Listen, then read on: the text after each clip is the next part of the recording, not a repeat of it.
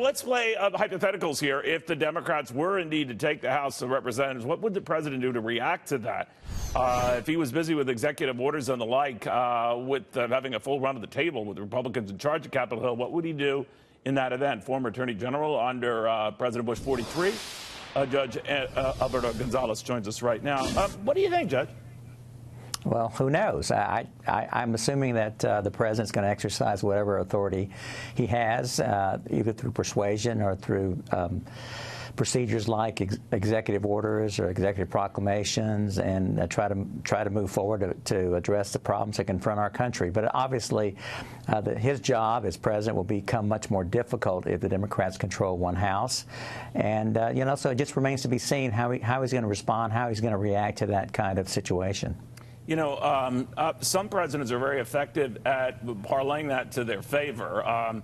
Bill Clinton, after the Gingrich Revolution, obviously signed on to a lot of the, conservative messages, welfare to work and all of these things, and also playing off the other side, getting too cocky, the government shutdown and what have you. Obviously, right after that in 94 and 96, he's reelected by an easy margin. So this president could do the same thing, right? And even Barack Obama, losing a good number of seats, in 2010, came back to get reelected. I mean, there is something to work that in the president's favor. What do you think of that? Oh, and I think he's been very effective, quite frankly, in setting up sort of a straw man. It's someone that he can energize his base to go after.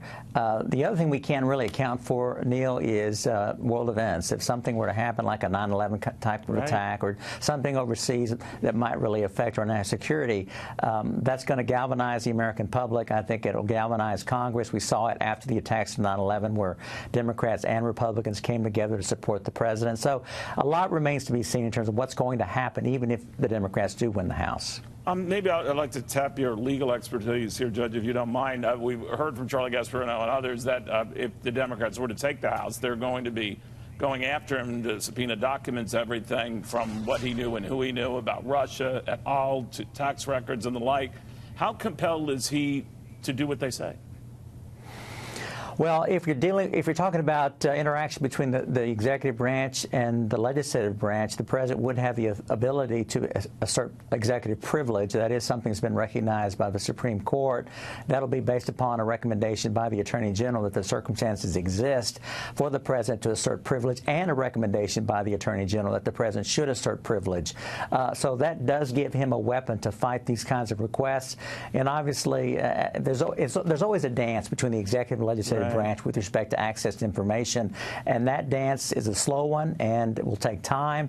And so, again, I think this president will be well equipped. He'll be well advised to do the things that he needs to do to work with Congress to provide information that he should provide, but also to exercise the prerogatives to protect the privileges of the executive branch going forward. Thank you very much, Judge Alberto Gonzales. We'll see how this all sorts out here.